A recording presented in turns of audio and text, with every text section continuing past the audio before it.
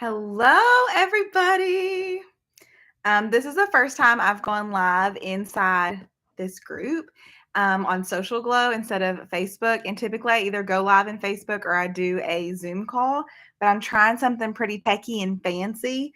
So I'm going to make sure, I'm just going to look real quick and make sure that we are live and everything is doing what it's supposed to be doing. Just give me 1 second if you can. But I'm really excited to share with you guys some of the things that we're going to be talking about. Let me see here. Okay. We are live. We are live inside this group.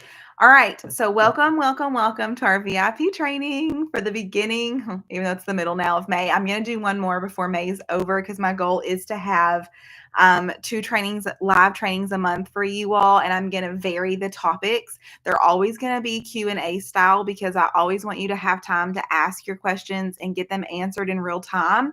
The only one that posted on my live questioning in the thread was Cassandra, and you asked about if drinking apple cider vinegar is good for gut health.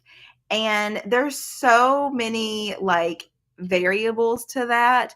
It's not necessarily bad, but it's also not the best thing for gut health either.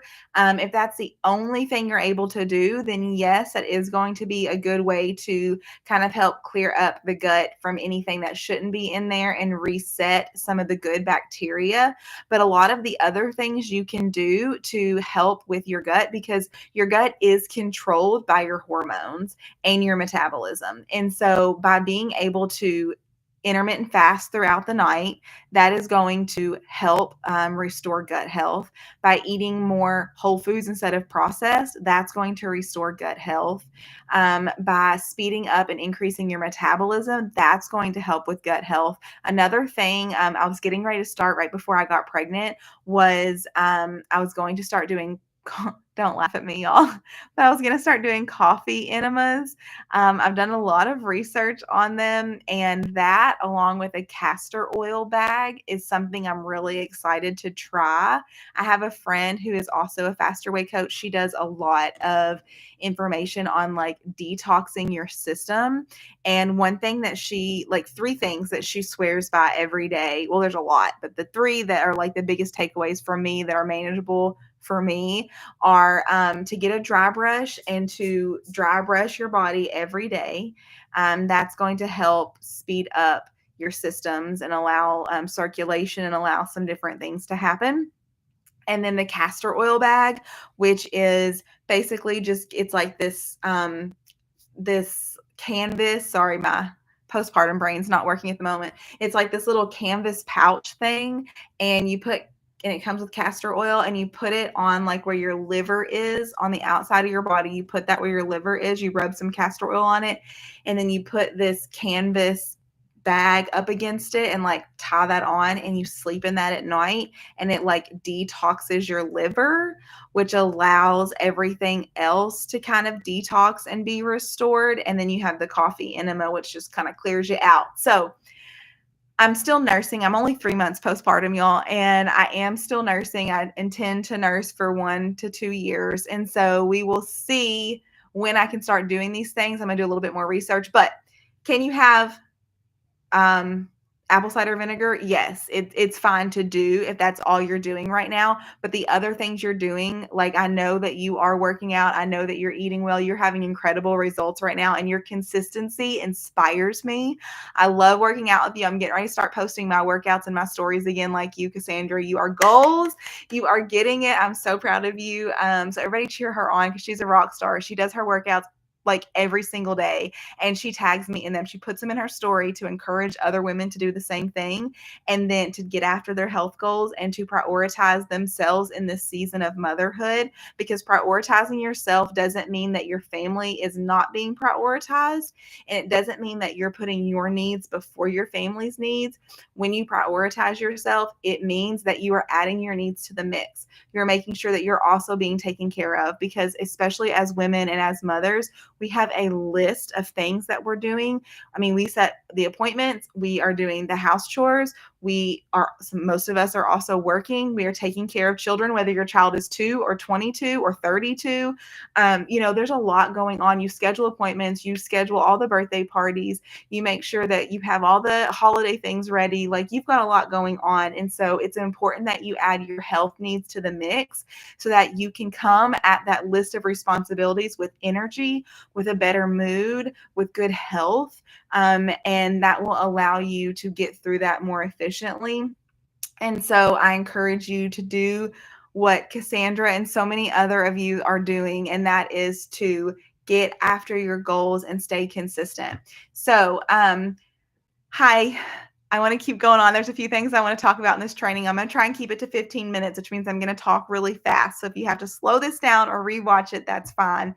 But today was a crazy day. We had my daughter's recital. I have a 3-month-old. I'm nursing all the time. We had my 5-year-old's dance recital. Then we went out to eat. And then I realized that I scheduled 3 live videos tonight for all of my, like a live video for all of my groups. So my brain is just complete mush. So if I say crazy words, I'm so sorry. I'm still trying to piece words together. My brain is so exhausted. But we're here, and you all make me so excited, and I love being a part of this program and this group with you all. I love interacting with you. You keep me excited in my day-to-day mundane motherhood season right now, and so I'm just thankful for you all and that we get to do this together. The first thing I want to talk about is deficit versus maintenance, because I have had quite a few of you ask me about your macros. And if you've lost 30 pounds and we haven't changed your macros, then message me so that we can get those adjusted. Or if you have been consistently following your macros for 3 to 6 weeks and you have not seen any change, then let's look at those macro adjustments. I'd also want to know more about your sleep habits, your water intake, and if you are doing any strength training. But let's talk about that. So with a deficit, when you come to me in the 6-week program, you are put on a deficit. You are put in not an extreme deficit, like 1,200 calories, like most programs put you in, where you're starving and your body's eating itself, and then you can't keep up with that. And so you end up gaining all of the weight back plus some. That's not what we do to you here. We just put you in a slight deficit, but with whole food nutrition, so that you actually feel like you're eating more food than you've ever had in your life. And you can feel full and feel fueled and feel like you're energized instead of being exhausted, tired, and hungry. And so when you come to me, you're put into a deficit. And then because you follow the Faster Way program, in VIP, we take you through different macro cycles. So even though your macro number in the day-to-day won't change, it does change because sometimes you'll have 2 low carb days a week and 5 regular macro days. Sometimes you'll have 2 low carb, a couple of regular macro, a low carb, a moderate macro. You'll have different type of macro days, and that's when we take you through deficits and maintenance. So if you follow the Faster Way plan, the way that looks is starting in January, we take a really big deficit so that you can start to, that's when everybody's excited to lose weight. They're really focused. They really want to go after their goals. Through the winter part of the beginning of the year, like January and February, we take you into a deficit, and then you come back up to a maintenance for springtime. And then you at the end of springtime, like typically in May, before we get to summer in June, we will start to take you back down into a hard deficit so that you can get leaned out for summer. And then after summer hits and we get into fall, we start taking your macros back up so that you can enjoy more of that wholesome fall foods. You can have more macros in your day, and that's going to put your body at a maintenance level and through the winter so at the end of the year, so that you can really like restore and reset. And the reason it's important to go from deficit to maintenance is if your body stays in deficit for too long, you will plateau. It's not meant to be burning fat, shredding weight all of the time. For the season, you want it to stay in fat burning mode in your deficit season, which is like the end of winter and the end of spring and throughout the summer.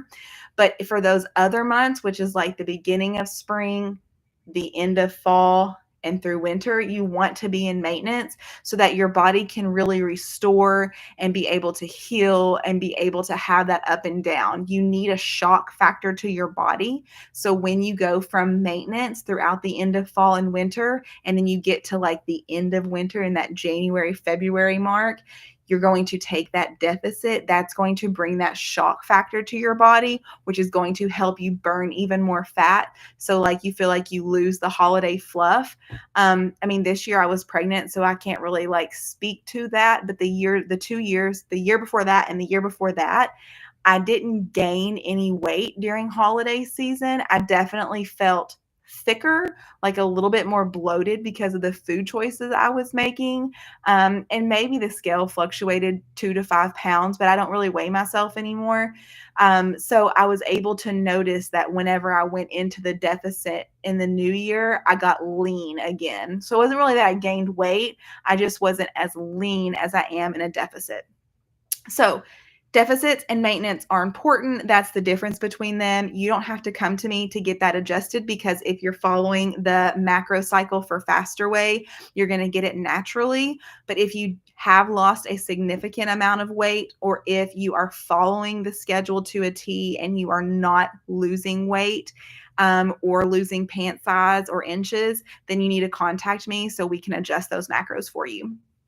The next thing that we need to talk about is your metabolism. I think I put that, let me see what I wrote here. Yeah, well, the importance of protein, and I meant to put metabolism with that. So your body needs the protein. I think oftentimes when you're looking at your macros, you're like freaking out thinking, I don't want to track all the time. I don't want to track all the time. And really, you shouldn't have to track all the time. Once you have tracked long enough to know what you're putting in your body from the food group perspective, like knowing that a potato is more than likely 20 to 30 grams of carbs, knowing that a banana is 20 to 30 grams of carbs, knowing an apple is 20 to 30 grams of carbs. Once you know those things, then you don't really have to track anymore because you know about how much food you should have at each meal. And so if you haven't learned that yet, then I encourage you to start tracking so that you can really learn that process and learn your food, because that's what's going to make this thing sustainable long term. You cannot track for the rest of your life. It's absolutely impossible. It is not realistic. It is actually miserable, and it keeps you stuck in a mindset of having to lose weight. And that's not what tracking macros is about. Tracking macros is to encourage you to learn how much fuel your body needs to have everything supported. And you need your hormones supported, and you need an increased metabolism. Without an increased metabolism, there are all kinds of other functions that aren't going to work.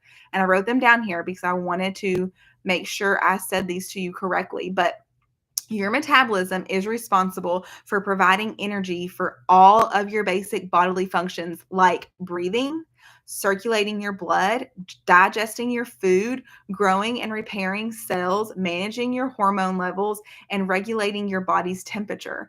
And so, if you feel cold when other people feel warm or comfortable, your thyroid is on the fritz. You've got things out of line with your hormones. If you are constantly sweating, even when sitting down, and everybody else feels comfortable and normal, your hormones are on the fritz. Something is not functioning properly. And so, you sweat so that you can bring your body to homeostasis. You shiver so that you can bring your body to homeostasis. And your body does that to replace what your hormone function is supposed to be doing for you. If your hormones are properly balanced, sorry, I have a nose itch and it just keeps itching. If your hormones are properly balanced, then you wouldn't feel sweaty unless sitting in the beating sun, and you wouldn't feel shivering unless sitting in the ice cold. And so just keep that in mind. that's an important function. So if you notice that your breathing patterns are off, if you know that you're not getting good circulation, if you notice that you're having a hard time digesting food or that your gut health isn't the best, if you know that your body needs to repair its cells, especially in your gut, these things, your hormones are off balance, these things are controlled by your metabolism, and your metabolism is controlled by how much fuel you give it. And you're not giving it enough fuel if you're not reaching your protein goal. And oftentimes, as women, we don't reach our protein goals because we don't think to eat protein. It's just not ever been our thing. We're a comfort food eater. We enjoy pastas and chips and snacks and tacos and pizza, and all those things are great, but you shouldn't eat a slice of pizza if you don't also pair that with an awesome amount of protein. We oftentimes, when we eat pizza in our house, we also have lean chicken with it, and broccoli, just to make sure we have a green and we have good protein source, and then we have our yummy pizza. So it's all about balance. It's all about giving your body what it needs, so that it can function the way it's supposed to, because most of us here are in our 30s, 40s, 50s, and some people in here are in your 60s. Where is your health going to be in your 70s and 80s? What you're doing now is setting the stage and setting the standard for your life. What you're doing in your 30s is very important for your 40s. What you're doing in your 40s is very important for your 50s and your 60s. And what you do in your 60s is literally life changing for your 70s and 80s. Think about elderly people in their 80s that fall and don't come back from a fall. It's because your body needs muscle to sustain getting sick. You need to be able to repair whenever you have falls or tears or pains or issues. Your body pulls from that muscle source to be able to repair your other parts of your body that need help. So especially when you're sick and when you're down and out, when you have the flu, when you have a stomach bug, when you have something that's not working well, your body pulls the nutrients out of your muscle to help you get over it. So if you're somebody that doesn't get over illness very well, you need more muscle mass. Okay, that's my thing on protein and the importance of protein and your metabolism. The last thing I want to talk about, because I'm at 16 minutes and I really wanted to keep this to 15 minutes, but it's mindset. Mindset is so important when it comes to this. I do not want you yo-yo cycling back and forth through doing this program and not doing the program, starting and stopping, starting and stopping. You have to get rid of the excuses. And that doesn't mean be perfect and do all the things, but you have to find something and focus on it for 3 weeks. Even if that just means intermittent fasting and drinking water for 3 weeks, do that consistently every day for 3 weeks, and then add in a workout or two. And then make sure you're reaching your protein goals. If you don't set your mind on the fact, like, you need to plant a flag and say, no more. I am not going back to how I was. I want to make a change in my life. I want better health. And it starts with this, and it starts now, because I want you to put your honest helmet on right now and think to yourself, how many diets have you tried? And what have you always done? Been consistently inconsistent. And what I can tell you is most of those things, it's because they were extremely hard. You were cutting out some of your favorite foods. You were having to go to the gym and do cardio 5 to 7 days a week. You were having to get rid of birthday cakes, and you were struggling to maintain counting the calories all the time. So when you look at our program, all we're asking you to do is delay your breakfast. Drink more water. Get 7 to 8 hours of sleep. Press play on a workout 2 to 3 days a week. Go for a walk. And make sure your body is getting the protein it needs every single day. Take your protein amount for the day, divide it by how many times you eat in a day, and that's how many grams of protein you need at each meal. And to make it even easier for yourself, if you go to your Faster Way app and you click on the clipboard at the bottom, whoop, and you scroll all the way to the bottom where it says macro cheat sheets, and you click on your protein cheat sheet, and you open that bad boy up, it's going to tell you that 6 ounces of ground turkey is going to be 33 grams of protein. Eat that at breakfast. 6 ounces of chicken is going to be 39 grams of protein. Eat that at lunch. Then have a smoothie, a protein smoothie with fruit in it, because that's going to give you 25 to 35 grams for your snack. And then have a steak for dinner, because that's going to give you 36 grams of protein, and you've reached your protein amount for the day. That's how it is. That's how simple it can be. It doesn't have to be tracking every single thing. Think ahead on what you want to eat instead of trying to catch up at the end of the day. And that's because you have to break the mindset cycle of starting and stopping and starting and stopping. You need something different for your life. And I want you to stay committed to yourself and prioritize yourself. Don't burn yourself out. You burn yourself out and you quit being consistent whenever you are like diving all in. You're going from doing nothing to trying to do all of the things. And that just causes that all or nothing mindset. It spikes that. It makes you think that you can't do it. It's too hard. I mean, I didn't go from like never riding a bicycle in my life to like riding in the, I don't know what the fancy, my brain can't, Tour de France. Is that what the fancy bike riding competition is? My brain doesn't work right now, but I didn't go from never riding a bike to all of a sudden signing up for that, right? Like you have to start small and build on habits.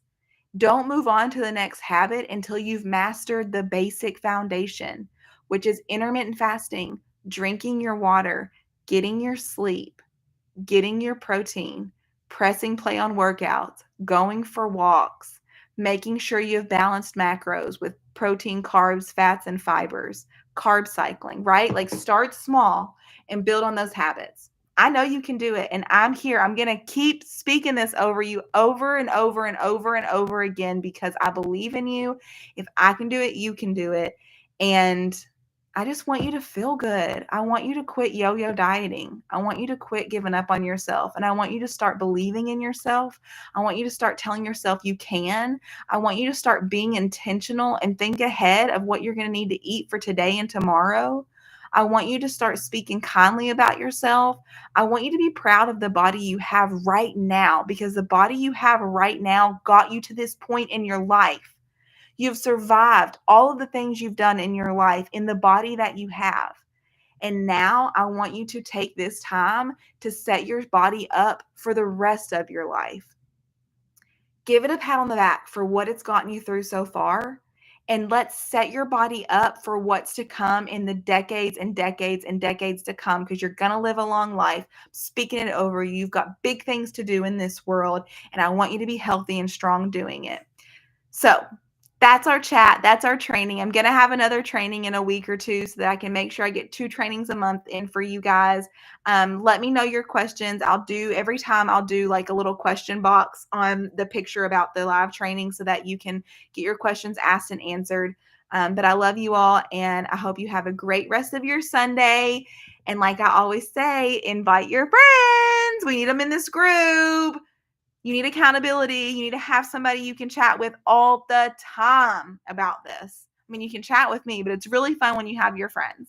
I love you.